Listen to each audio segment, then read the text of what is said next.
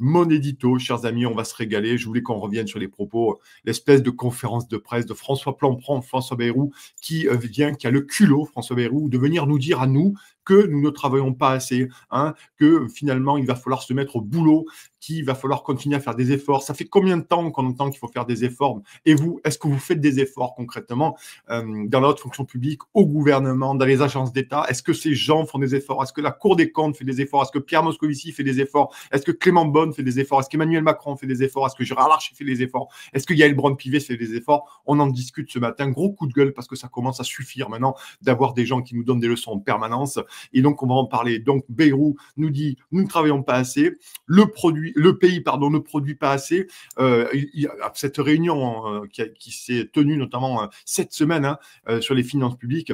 Alors, j'ai envie de te dire que si le pays ne produit pas assez, il est évident que vu les tâches les moins oxygénées qu'on a au gouvernement, dans le bassin de la République, niveau production, ils ne brillent ni par leur intelligence, ni par leur efficacité. François Bayrou, il continue, parce qu'il a quand même ergoté pendant un petit moment. Il nous a dit que c'est comme si chaque Français, en parlant de la dette, c'est comme si chaque Français devait à sa banque près de 50 000 euros. Eh bien non, François Bayrou, en fait, c'est quand on a une dette, qu'on est Français, qu'on a découvert sur son compte, c'est un choix, ou du moins, c'est une situation personnelle qui nous regarde, nous, du moins avec difficulté de la vie. Mais là, concrètement, on n'a pas demandé à Macron, avec la guerre en Ukraine, de nous dépenser presque de 60 milliards d'euros. 60 milliards d'euros, c'est les coûts induits de la guerre en Ukraine. C'est le bouclier énergétique et toute une sorte de dépenses, plus les aides qu'on a versées à l'Union européenne, qu'on a versées directement à Koko Zozowinski. Donc non, en fait, il faut pas dire ça. Il faut pas dire les choses comme ça, François, parce que tu peux pas dire que la dette, c'est comme si chaque Français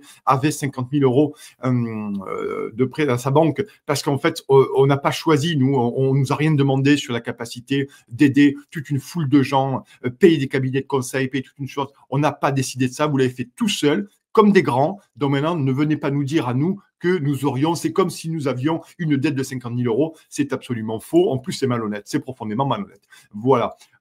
Bayrou continue en nous disant, seule une prise de conscience de nos concitoyens peut soutenir une action déterminée. C'est absolument dingue.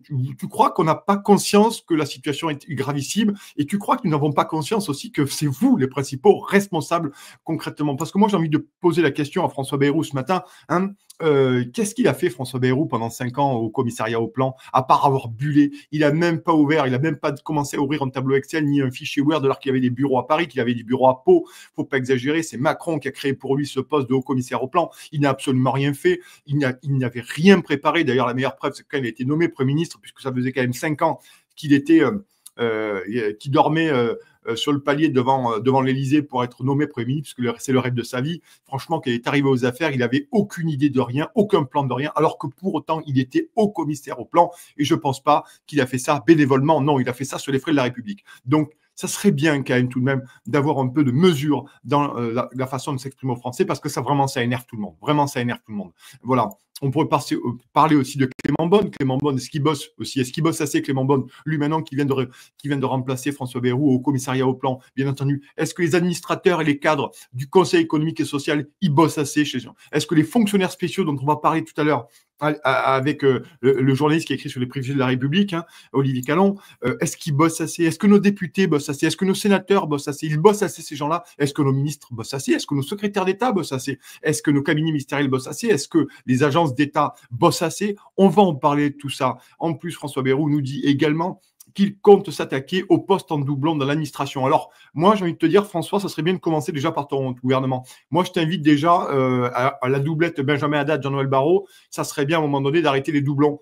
Ça serait bien. Et ça, à peu près dans tous les ministères, parce que les Agnès Pannier-Runacher et les consorts, manifestement, je pense qu'en termes de doublette infernale, on a quand même des triplettes infernales, on a quand même de quoi commencer à faire de grosses réductions. Après, il y a l'inénarrable Pierre Moscovici, qui estime que tous les Français, qui est allé sur BFM TV cette semaine, qui estimait que tous les Français devront faire des efforts à la hauteur de leur capacité contributive.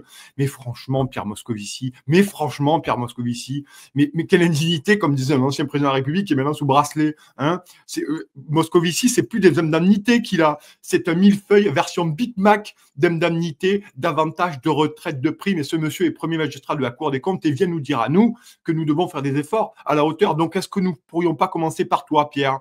de faire de larges efforts sur le cumul de ces indemnités. Ça serait peut-être bien qu'on y réfléchisse concrètement, parce que maintenant, il faut poser les questions partout, parce que ça suffit pas de venir à la télévision, venir nous pointer du doigt à nous, en nous disant, oui, c'est vous les méchants qui dépensez, c'est vous les méchants qui êtes responsables de la dette. Je pense que vous, il va falloir d'abord se poser la question à ce sujet de vos indemnités, de vos rémunérations, de vos avantages et tout. Alors oui, vous me direz, ça ne changera pas la dette, mais ça sera extrêmement symbolique, parce qu'à force de tailler dans le fromage, les Français n'en peuvent plus. Et je pense que là, la déclaration de Bayrou, elle a quand même fait monter d'un cran une partie de la population qui s'intéresse bien sûr à tous ces chats.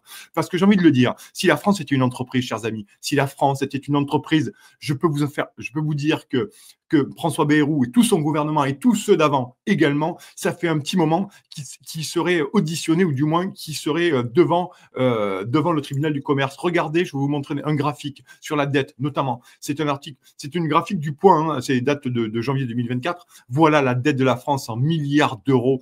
Très bon graphique qu'a fait le confrère du Point. Regardez, et ça commence et ça part depuis Valéry Giscard d'Estaing. Et vous voyez que ça n'arrête pas de monter jusqu'à Emmanuel Macron, qui est lui le champion du monde hors catégorie. C'est lui qui a vidé les caisses, bien entendu, on le sait.